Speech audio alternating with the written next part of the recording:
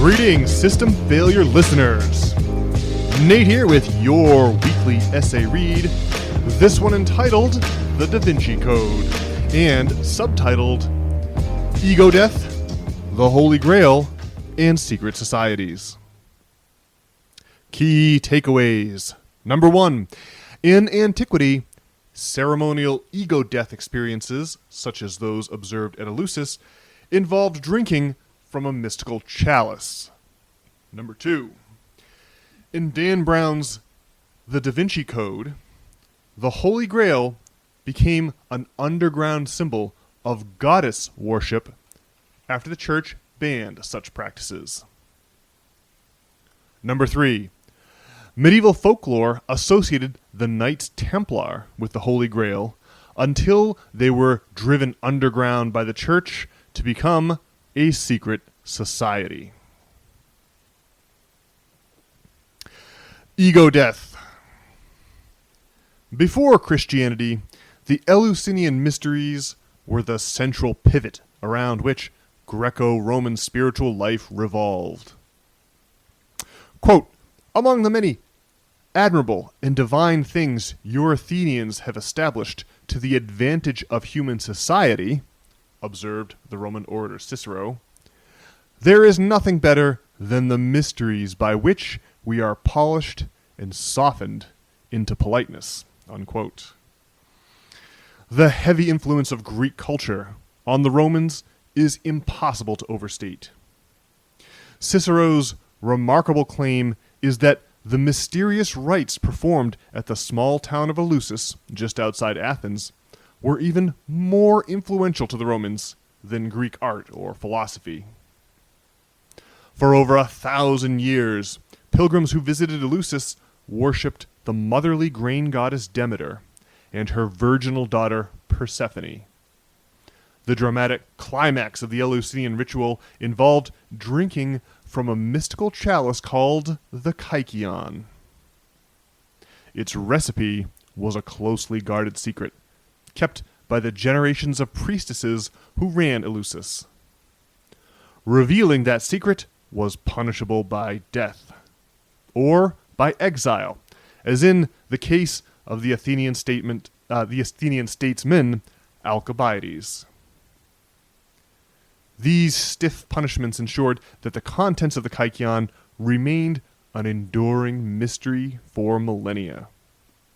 But recent archaeobotanical evidence strongly suggests that ergot was the active ingredient in the Kykeon. That fungus contains similar psychedelic alkaloids to LSD. In high enough doses, these alkaloids cause an experience known today as ego death, where mental conceptions of self are chemically switched off, just as alcohol might turn off feelings of social anxiety. The resulting selfless perspective is typically experienced as a profound relief. While mental conceptions of self help determine which mouth to feed at dinner, an overly calcified ego exaggerates our own sense of importance relative to others, driving selfish behavior.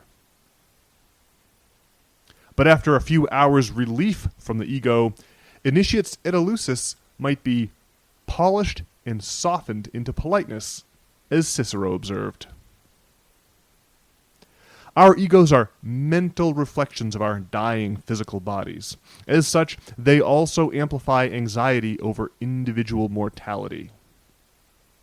For this reason, pilgrims sometimes came away from their experiences at Eleusis claiming to have discovered the secret of immortality, or more often, to have been saved. In Greco-Roman society, immortality and salvation came from sipping a magical chalice. The Holy Grail.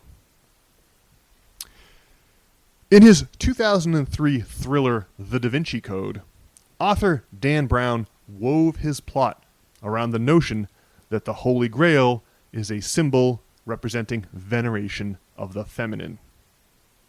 But he missed his chance to connect the Holy Grail to the magical chalice offered by the priestesses of Eleusis. According to Brown's tale, early church fathers saw the pregnant wife of Jesus as a threat to their political power. They feared that Christians might see her, and not them, as Jesus' natural successor in the newly established church hierarchy. In the story, they altered scripture and recast Jesus' wife as a prostitute, effectively erasing her from history and securing their own influence over the growing spiritual movement. In Brown's book, the Holy Grail represents worship of the feminine in general and the physical person of Jesus' pregnant wife in particular. After the crucifixion, her supporters snuck her out of Palestine and into France, where their descendants kept Jesus' secret bloodline safely hidden from Christian authorities throughout the ensuing centuries. The Da Vinci Code takes its title from the idea that one such guardian was none other than Leonardo da Vinci. Brown has him creating his most famous painting, the Mona Lisa, as a tribute to that legacy in the early 1500s. Da Vinci's split horizon in the Mona Lisa presents us with a literal imbalance between left and right. According to Brown, this bizarre feature evokes a symbolic imbalance between the masculine and the feminine. Furthermore, the female subject's sly smile suggests a feminine secret.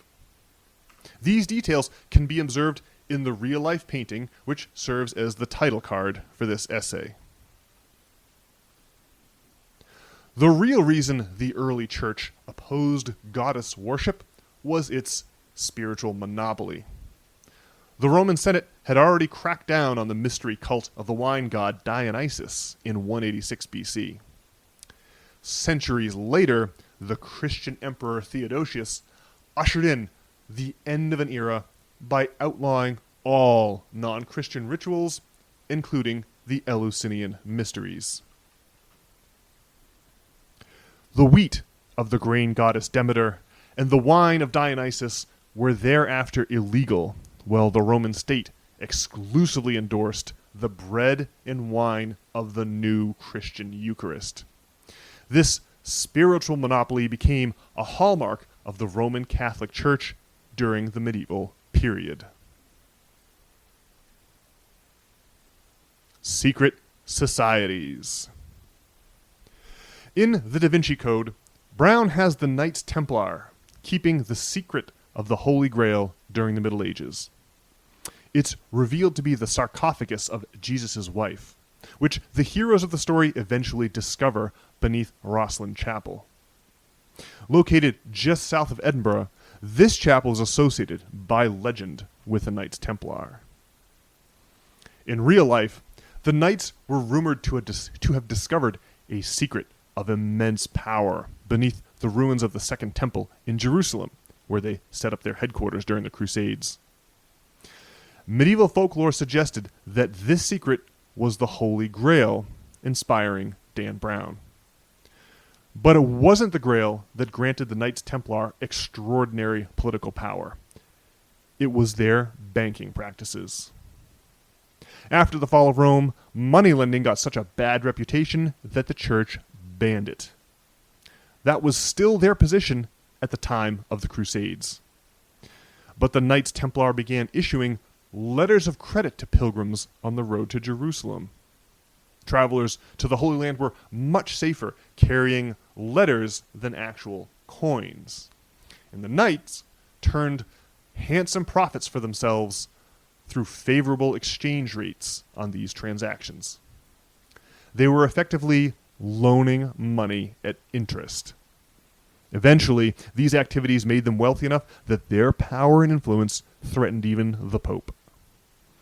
On Friday, October the 13th, 1307, the crowned heads of Europe unsealed simultaneous orders from the Pope to arrest the Knights Templar. Confessions of blasphemy were extracted through torture, giving the authorities the excuse they needed to seize the Knights' assets.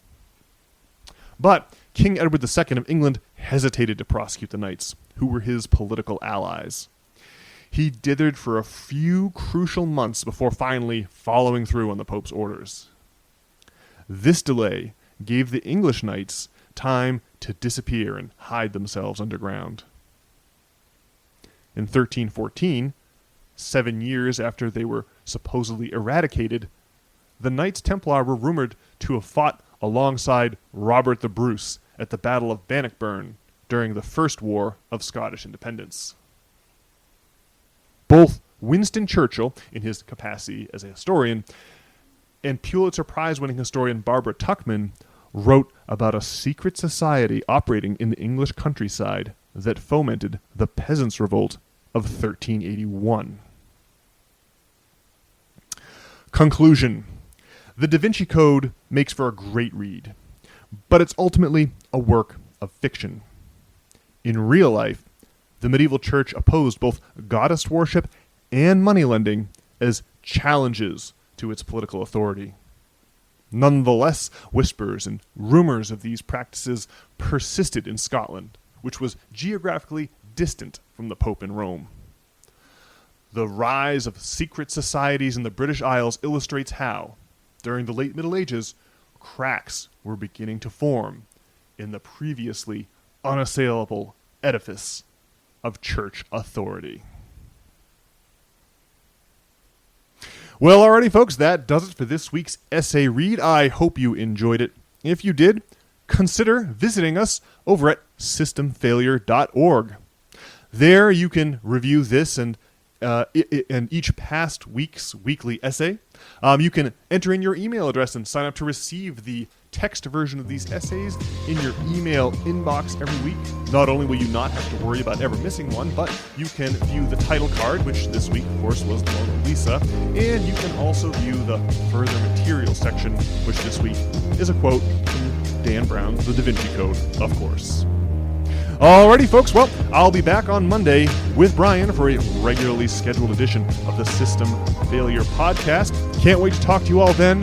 Hope you're having a great week.